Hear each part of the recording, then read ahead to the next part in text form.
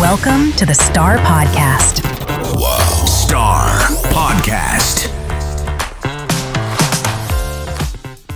Welcome to the S.T.A.R podcast, hosted by Nat. Each week, we share tips and stories from safety, trucking, and recruitment, and everything in between. Listen now.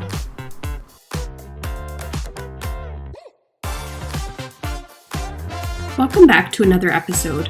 Today's episode is a very sensitive subject. I have the honor of sitting down with Scott Thomas, and his son Evan was one of the victims in the Humboldt bus crash in 2018.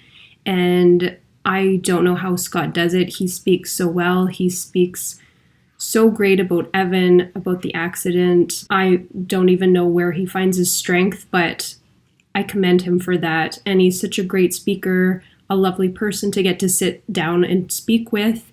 And this is a very emotional episode, but it's so important because Scott touches on the importance of road safety, driver safety, and I think he just teaches us about having compassion, and what an amazing person. So I just want to thank Scott for joining us, sharing some memories about Evan, and I hope you listen now. I just wanted to welcome you onto the podcast. You were actually, referred to me by my boss, Kevin, who was at a event, I believe, in Burlington, and heard you speak, and him and Brian were blown away at what an excellent speaker you were with such a big topic. So I was just hoping to get started. You could just introduce yourself and just share a little bit about yourself. Yeah, thanks, Leslie. It's not a position I ever wanted to be in, to be up in front of people talking about, personal things like that.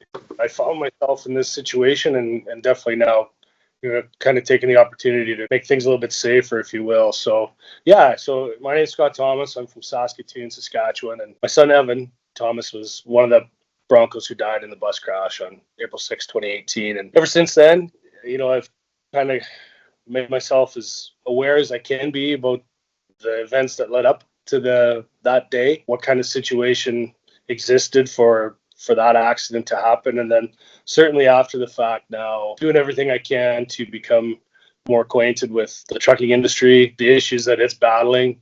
And again, just to kind of, be involved and tell my son's story, keep his legacy alive for sure. And hopefully in his name, kind of make the world a safer place, because my daughter's still out there driving on those roads, and there's a lot of people that use our public roadways, and if there's anything that I can do to try and make it a little bit safer, I'm going to do it. So that's kind of my story, if you will, in regards a little bit anyways on the surface, and I'm sure we'll get into it a little bit more as we go through some of these questions. But yeah, I'm a chiropractor here in the city of Saskatoon. My daughter now, Jordan, is 24 years old. She's in chiropractic college as well in Toronto right now. So she's getting all grown up. And yeah, I've just been involved in hockey. A lot of my stuff will come back to reference hockey at some point. I played hockey, junior hockey. I played college hockey. And then, of course, my son, Evan, both my kids played hockey. But, Evan in particular, who's, that's who we're kind of talking about here. I followed him, coached him all the way up until the point where I couldn't coach him anymore, and he went off on his own and tried to strike his own path, if you will. So very involved in hockey still. I do some coaching, I do some scouting, and just try and speak to whoever I can about these types of issues. What kind of led you down that path of choosing, because there was so many different paths I guess you could have went after the accident, but you chose to, speak, and now you're sharing your experience, which I think is amazing. And it's incredible that you can go and speak about Evan and speak about what happened. What kind of led you down that path? Was it a way to connect, kind of stay in touch with Evan, or what was that choice? Yeah, in the immediate aftermath of the accident, for whatever reason, I became a pretty public face, if you will. The media, they're pretty smart, and they can figure out who's willing to talk to them pretty quickly. And for whatever reason, I talked to them fairly consistently and fairly openly. And that kind of gained some momentum, if you will. And ever since then, I've just try to stay involved with the industry out here. And I've been lobbying, the government a few times, talking to, people in the government, some people in the industry, just to try and, continue moving this issue forward. And it's only aside from the media that I've done, the few interviews that I've done, I've really only spoken to groups, if you will, 2 or 3 times. It started with the PTAC group in October in Calgary, and then Kim Richardson had me out there in Burlington there in April to speak to his group. And it's not something that I don't have a speech, if you will. I prefer just to talk about things in this environment, and usually it starts with talking about my son, and then of course the accident and the aftermath, and what we can do to hopefully make this place a little bit safer. So it's kind of something I just fell into, if you will. Earl Dreger from PTAC, we kind of knew each other personally, and he came to me, I guess, a year ago at this time and said, hey, PTAC's having this conference in October, and we'd love to have you speak. And that was really, I guess, the first one that I did, and things are kind of just transpiring from there, if you will. For sure. So with all your experience researching and being involved in the industry, like what are your kind of insights, or what's something that workplaces and employees can do to be safer and to prevent tragedies like this? After the accident happened, I tried to find out everything I could about the driver, Jaskrat Sidhu, and just basically what happened. Like how on earth could these 2 vehicles come together like that? It became pretty apparent to me that he was, I'll say, poorly trained, very minimally trained, and put in a position to fail by a bad employer. S.T.A.R. Trucking, put an inexperienced driver into a vehicle.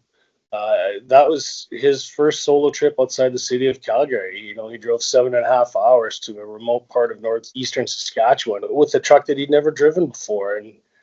And I just, the more I looked into it, I felt bad for the guy. I felt bad for Jaskrat Sidhu, and I know he bears all the responsibility for this because he did blow through that stop sign. But he was put in a position to fail, and I almost think he was taken advantage of by his employers. And really, he was in a no-win situation.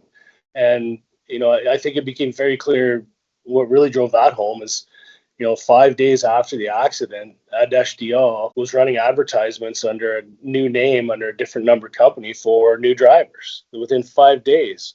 His company was fined $5,000. And I think, that company bears a lot of responsibility for what happened, because they put a very minimally trained driver into a bad situation. So I think there's a lot of areas of responsibility. First and foremost, the education of drivers. But secondly, I think employers even bear more of a responsibility to make sure that their employers are the best that they can be. I know in Saskatchewan, our MELT program is the very minimum. Like, it is the very minimum.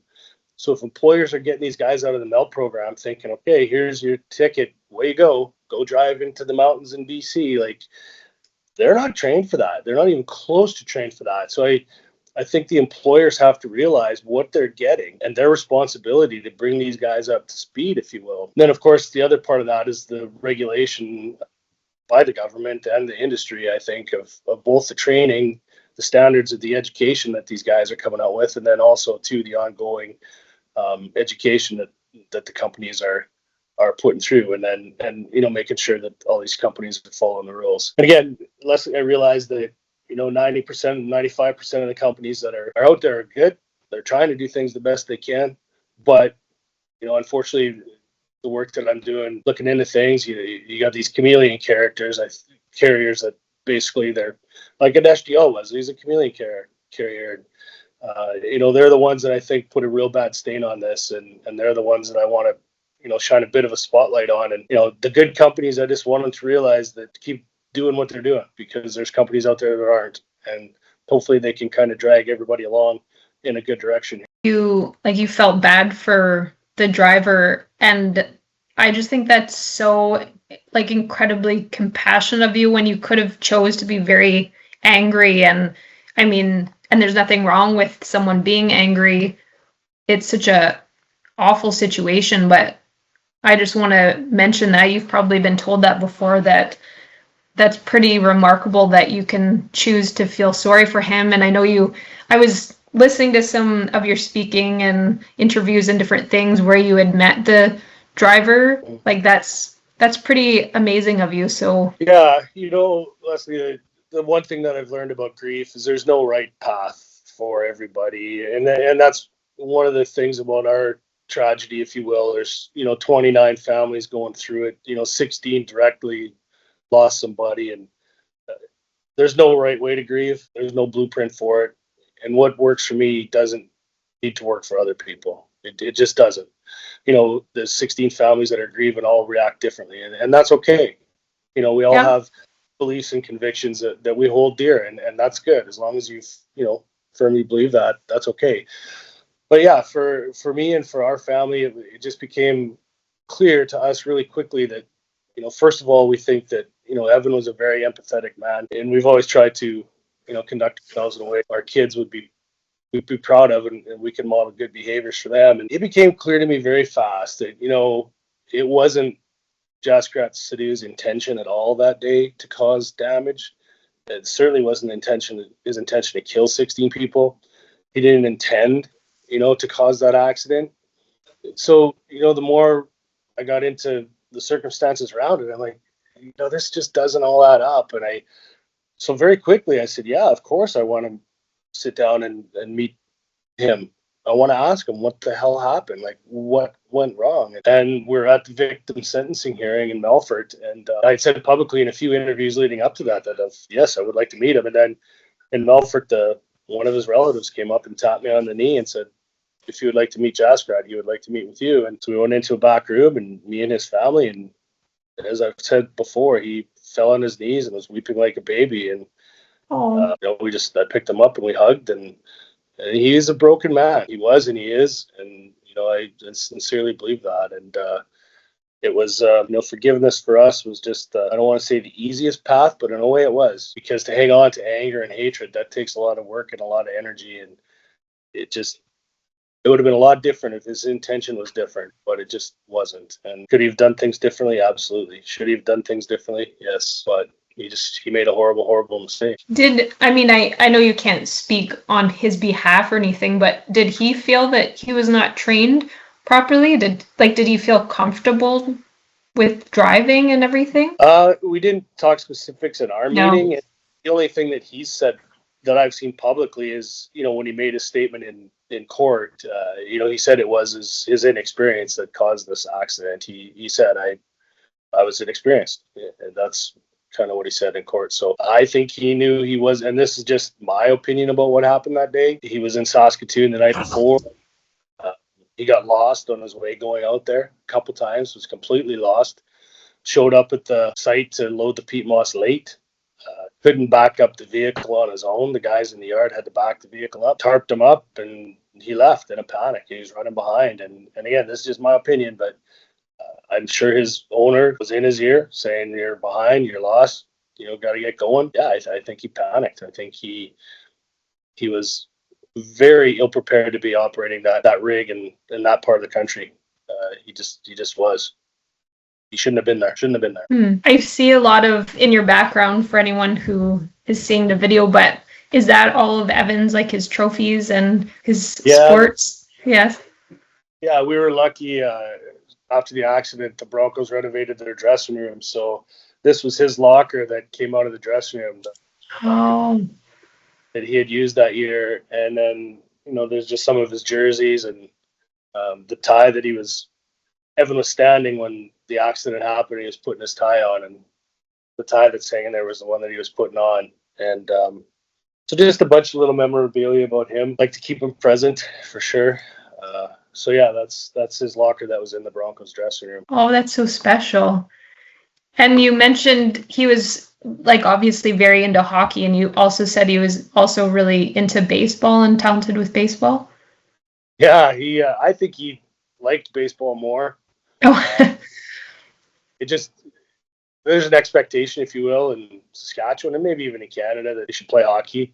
So he did, Yes. and he was a very good hockey player. But I think he liked baseball more. He went to 2 national championships when he was in 15U. He won best defensive player of the tournament when he was 15 in North York there. And yeah, he was a very good baseball player. He was just a good athlete all around, and the kind of kid that could just figure something out. Like he loved playing chess. He started playing chess when he was young, and it didn't take him long to start beating me.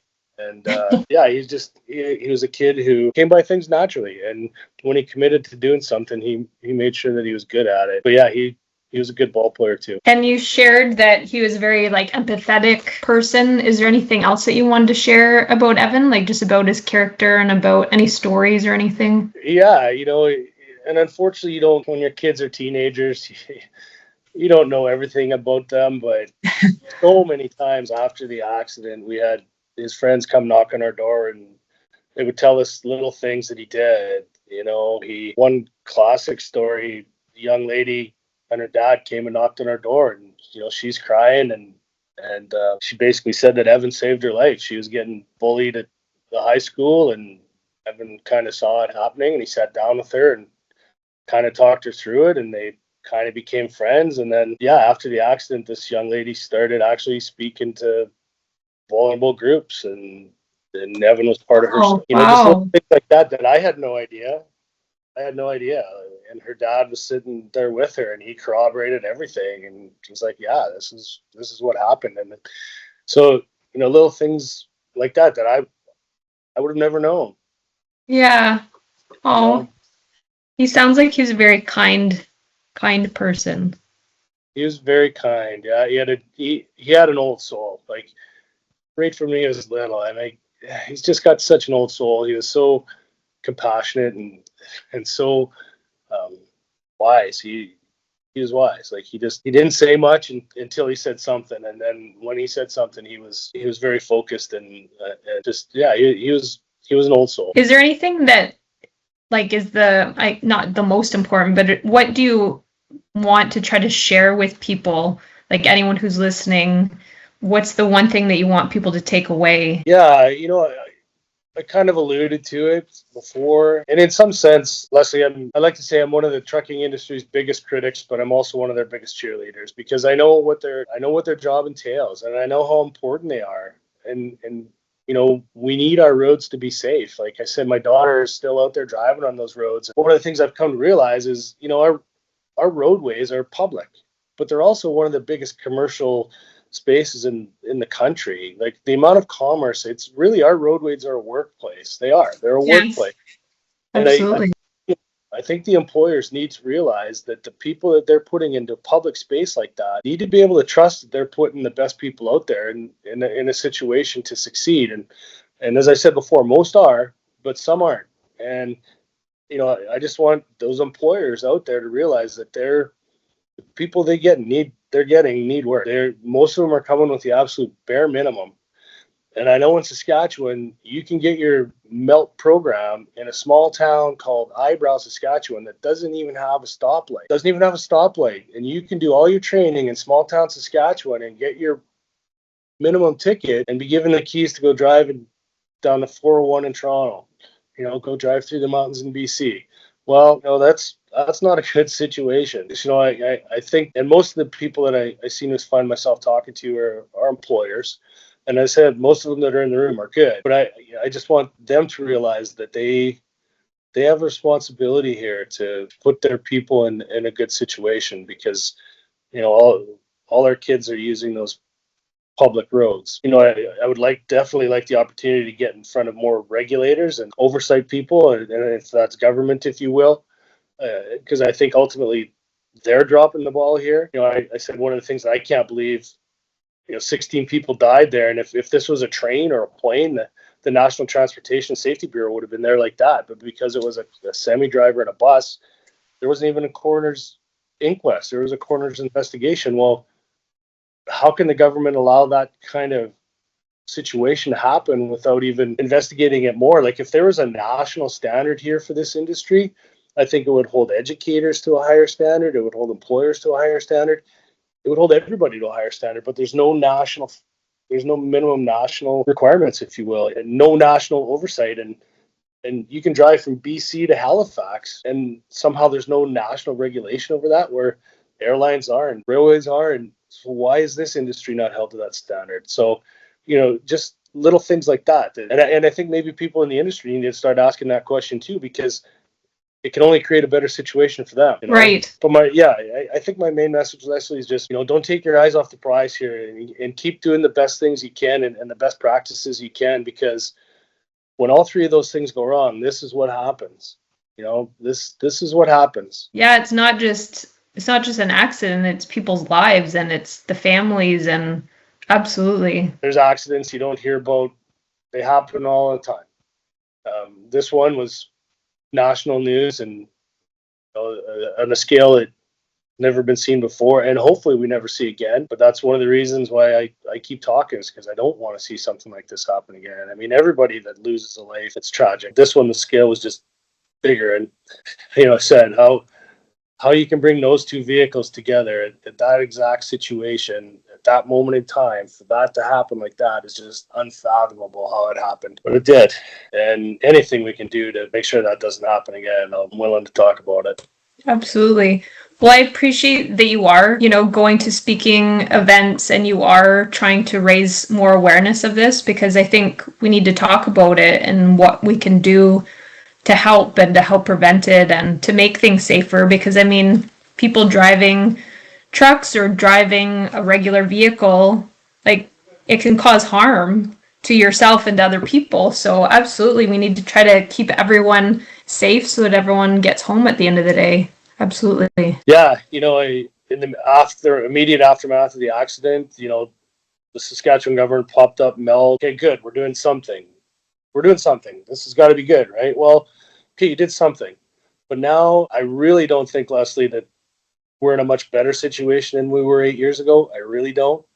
I know it's Saskatchewan. I question the level of education some of these drivers are getting. I think I saw a stat in Saskatchewan that at the time of the accident, there was something like 11 accredited driving schools, and now there's something like 29 driving schools, and they haven't hired any more oversight people. Like, it's just exploded, and there's no oversight, or very little oversight from what I can see, over these educators in Saskatchewan. And I think they're turning out some bad product. And as I said, then they let these guys out there with their minimum ticket, and employers are turning them loose. I don't think we're any safer. I really don't.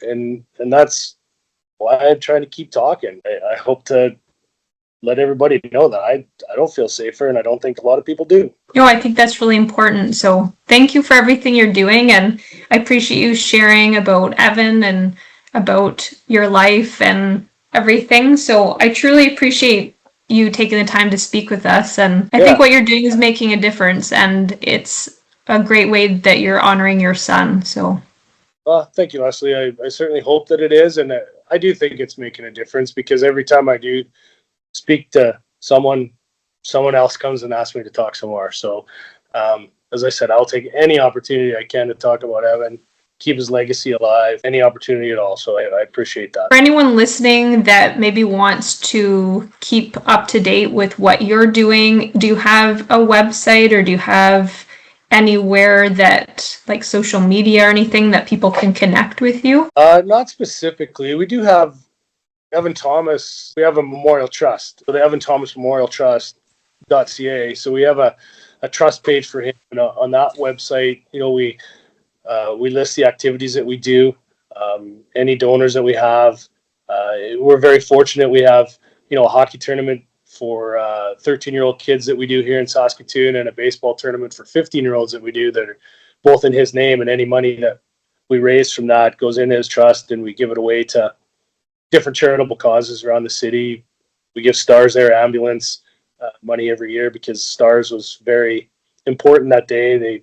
They saved some of the boys' lives, but unfortunately for Evan, he died at the scene, so he wasn't able to be helped by S.T.A.R's. But so off of that website, there's a list of who we donate to, and everything we try and do in Evan's name. And anything, I think there is a contact me link off of that web page. It might go to my dad, but somebody would get that information. If somebody want to get in contact with me, really, just Google Scott Thomas Saskatoon, or chiropractor, and there would be a link to my chiropractic clinic's website there, and then those messages definitely come to me. Okay, so I'll put the link for Evan Thomas Memorial Trust.ca. I'll put that in the show notes, and then I'll Google you and try to find your information, and I'll include that just in case someone maybe wants to speak to you about speaking, or maybe just wants to connect. So perfect. Yeah, absolutely. Yep. Feel free to reach out. Like I said, I'll take any opportunity I can to talk about these kinds of things. So amazing. Well, thank you very much again for taking the time to speak with us, and I appreciate you sharing your story. thanks, Leslie. Have a great day. Yeah, you too. Thank you. Wow. S.T.A.R. Podcast.